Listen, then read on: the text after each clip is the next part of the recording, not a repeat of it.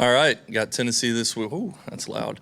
Got Tennessee this week. Coming off a game where, felt like we left a lot out there, whether it was from an execution or a detail standpoint, just felt like we missed some opportunities out there on the field.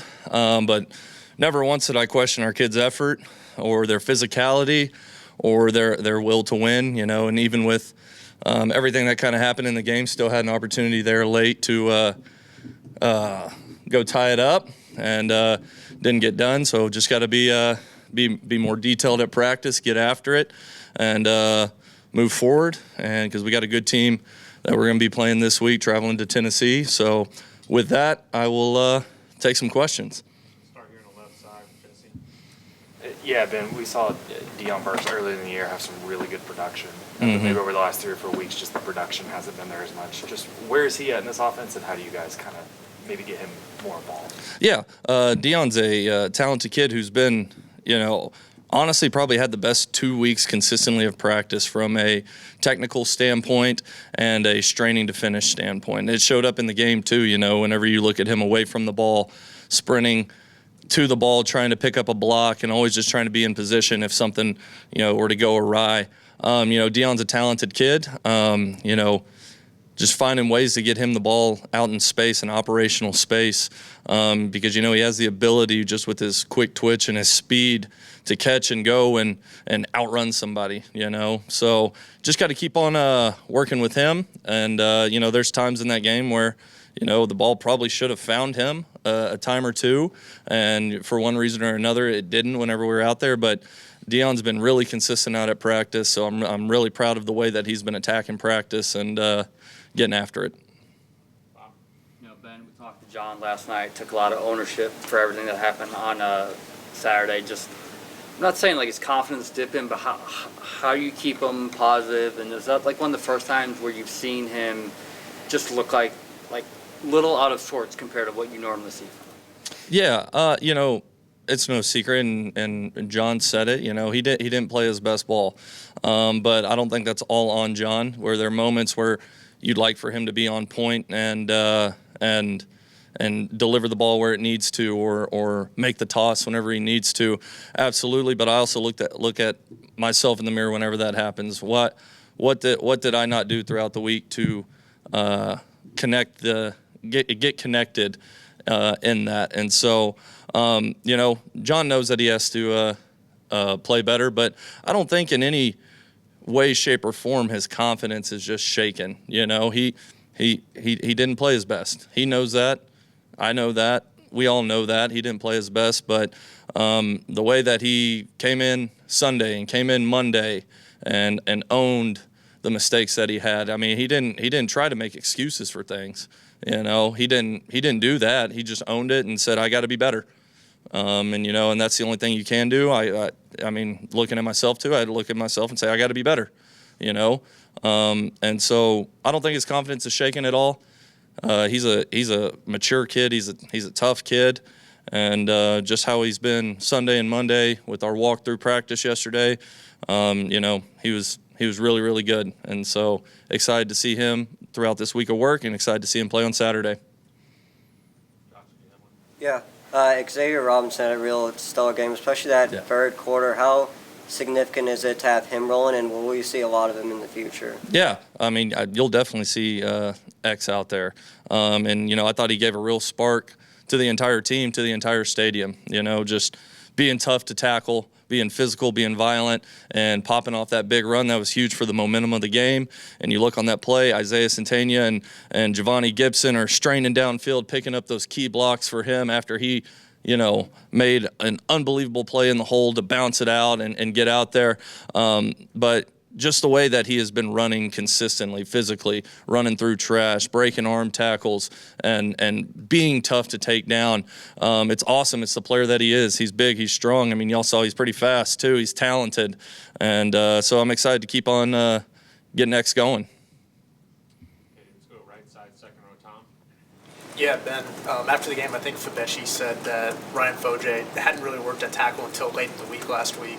Now that you've had time to watch his performance, just what did you make of his first start at right tackle, and what's that say about him that he can just seamlessly kind of move over to that right side, even though I know you played there in high school. Proud as can be of Ryan stepping in, going to that position. He had a great week of practice. Throughout practice would make your typical freshman mistake, but I mean, just like that, would correct the mistake. And he really played a really good game, was physical, had great communication. Was just awesome. And so I think that's huge for his confidence. I think it says a lot about him as a player and the talent that he has, that he's able to move around, especially at such a young age. And I think it speaks to how intelligent of a kid he is, too, to be able to go out there, pick it up, get what Coach Biedenbow is trying to tell him, and go out there on a big stage and play the way he did. So I'm really proud of Ryan. It says a lot about him, and I'm just excited to see him grow even more. Next to Tom, Joe. Yeah, Ben, obviously when you're looking at film, you're evaluating players, but as far as like self-evaluation and, sequencing of play calls, everything like that, how do you sort of self-evaluate after a game? Yeah, you have to watch it a couple of times. You watch it a couple of times for a few different things. You watch it to, one, see how the flow of the game went. You watch it to see the execution of what you called, and then you watch it to see, would I have done something different in this situation? And I'm pretty sure every coach ever could say, I might do something different in that moment, in that situation. But between myself and our staff, a lot of things we had, if we get in this situation, this is what we're going to go for right here. And it's easy to look at hindsight and say, oh, man, I would have done that. But whenever you go in there with the confidence that we went in there, I felt good about it. There's always self-evaluation that has to happen. But the biggest self-evaluation that I took away from it for my own self and my own perspective is finding ways to make us execute better, make us more detailed, right? And that's not on the kids, that's on me. How can I be better at practice? How can I be better at installing a game plan to leave zero gray area and have maximum clarity? And that happens after a win and a loss. And you always are trying to find ways to get better, always trying to find ways in practice to implement things maybe you struggle at or things that you're good at but you want to get great at. And so that's the biggest part of the self-evaluation piece to me, is how can I have these kids play in such a way that they are going to be successful? And, that's the biggest thing to me. Same row, Ryan Chapman. With Xavier, you mentioned that he gave the offense a spark. We saw that against Missouri last year at Alabama. I guess what does it take into Game 7, Game 8 to kind of feature him heavily when he's shown that he can do that before in the SEC?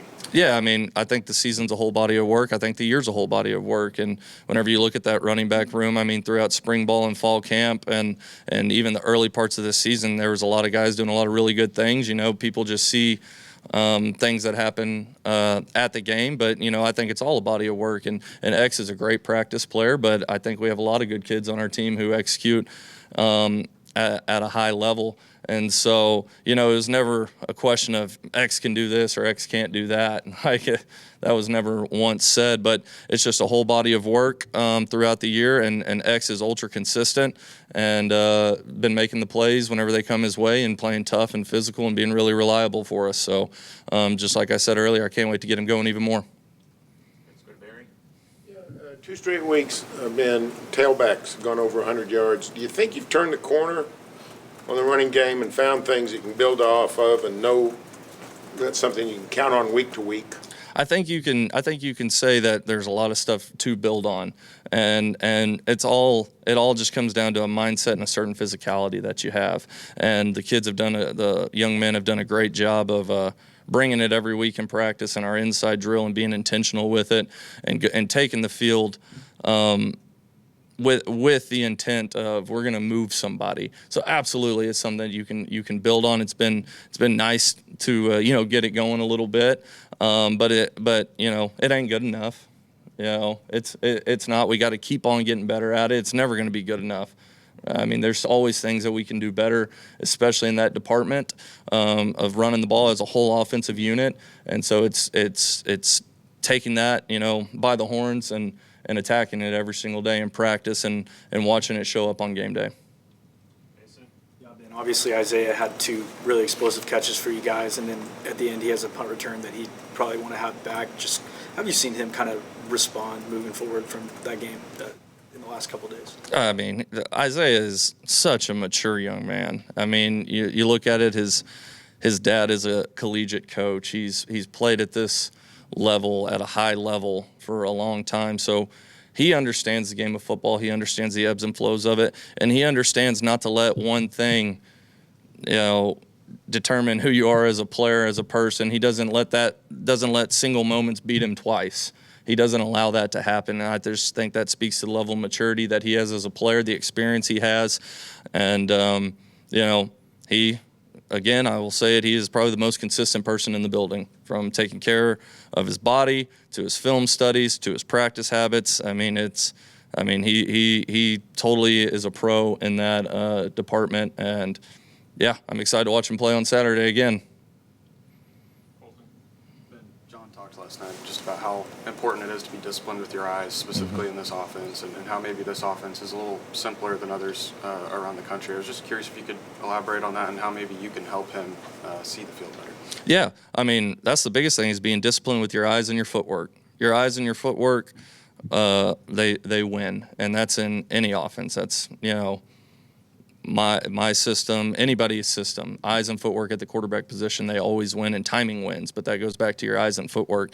And the best way that I can help him is at practice, and it's just demanding it out of him, and demanding perfection. You're never going to get it, but just demanding it. Hey, this drop, be perfect with it.